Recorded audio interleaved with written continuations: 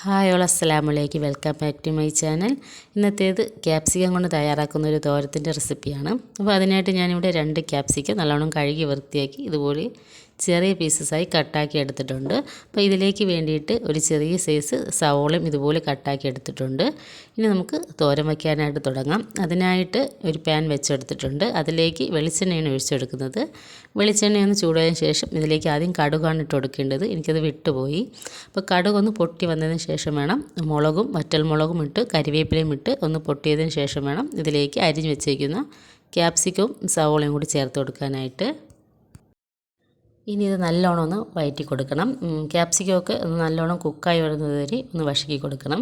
ഇനി ഇതിലേക്ക് വേണ്ടിയിട്ടുള്ള ഒരല്പം ഉപ്പ് കൂടി ചേർത്ത് കൊടുക്കാം. ഉപ്പ് കൂടി ചേർത്ത് നല്ലോണം ഒന്ന് കുക്കാക്കി എടുക്കാം.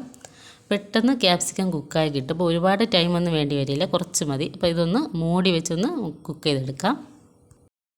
ഇത് കുക്കാവുന്ന സമയം കൊണ്ട് ഇതിലേക്ക് വേണ്ടിയിട്ടുള്ള അരപ്പ് തയ്യാറാക്കാം. അതിനായിട്ട് ഞാനിവിടെ മിക്സിയുടെ ജാർ എടുത്തിട്ടുണ്ട്. ഇനി ഇതിലേക്ക് കുറച്ച് തേങ്ങ ഇട്ട് കൊടുക്കാം. ഇതിലേക്ക് 1/2 ടീസ്പൂണോളം ജീരകം ഇട്ട് കൊടുത്തിട്ടുണ്ട്. ഇനി ഇതിലേക്ക് 1/2 ടീസ്പൂണോളം മുളക് പൊടി ചേർത്ത് കൊടുക്കുന്നുണ്ട്. 1/4 ടീസ്പൂണോളം മഞ്ഞൾപ്പൊടി ചേർത്ത് കൊടുക്കുന്നുണ്ട്.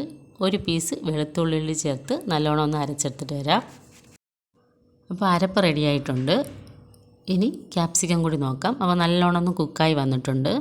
അപ്പോൾ കുക്കായി വന്നതിന് ശേഷം ഇതിലേക്ക് 2 മുട്ട കൂടി ഒഴിച്ചു കൊടുക്കാം. മുട്ട ഒഴിച്ചതിന് ശേഷം പെട്ടെന്ന് മിക്സ് ചെയ്ത് കൊടുക്കണ്ട, ജസ്റ്റ് ഒന്ന് കുക്കായതിന് ശേഷം മിക്സ് ചെയ്ത് കൊടുത്താൽ മതിയാകും. മുട്ട കുക്കായി കിട്ടിയിട്ടുണ്ട്. ഇനി ഒന്ന് എല്ലാം കൂടി ഒന്ന് മിക്സ് ചെയ്തെടുക്കാം.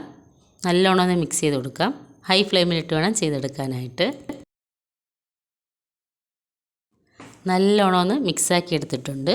ഇനി ഇതിലേക്ക് നേരത്തെ അരച്ച് വെച്ചേക്കുന്ന അരപ്പോടി ചേർത്ത് കൊടുക്കാം. ഇനി ഇതിലേക്ക് ആവശ്യത്തിനുള്ള ഉപ്പുകൂടി ചേർത്ത് കൊടുക്കാം. ഉപ്പുകൂടി ചേർത്ത് കൊടുത്ത് എല്ലാം കൂടി ഒരുമിച്ച് നല്ലോണം ഒന്ന് മിക്സാക്കി എടുക്കണം. നല്ലൊരു അടിപൊളിയായിട്ടുള്ളൊരു തോരത്തിൻ്റെ റെസിപ്പിയാണ്. അപ്പം ഇതുവരേക്കും ട്രൈ ചെയ്ത് നോക്കാത്തവർ എന്തായാലും ഇതൊന്ന് ട്രൈ ചെയ്ത് നോക്കണം. അങ്ങനെ നല്ലൊരു അടിപൊളിയായിട്ടുള്ളൊരു ക്യാപ്സിക്കം തോരൻ റെഡി ആയിട്ടുണ്ട്. ഇനി ഇത് ഒരു പാത്രത്തിലോട്ട് മാറ്റി കൊടുക്കാം. നല്ലൊരു അടിപൊളിയായിട്ടുള്ള റെസിപ്പിയാണ്. അപ്പം പറ്റുന്നവരെയൊക്കെ ഒന്ന് ട്രൈ ചെയ്ത് നോക്കാൻ മറക്കരുത്.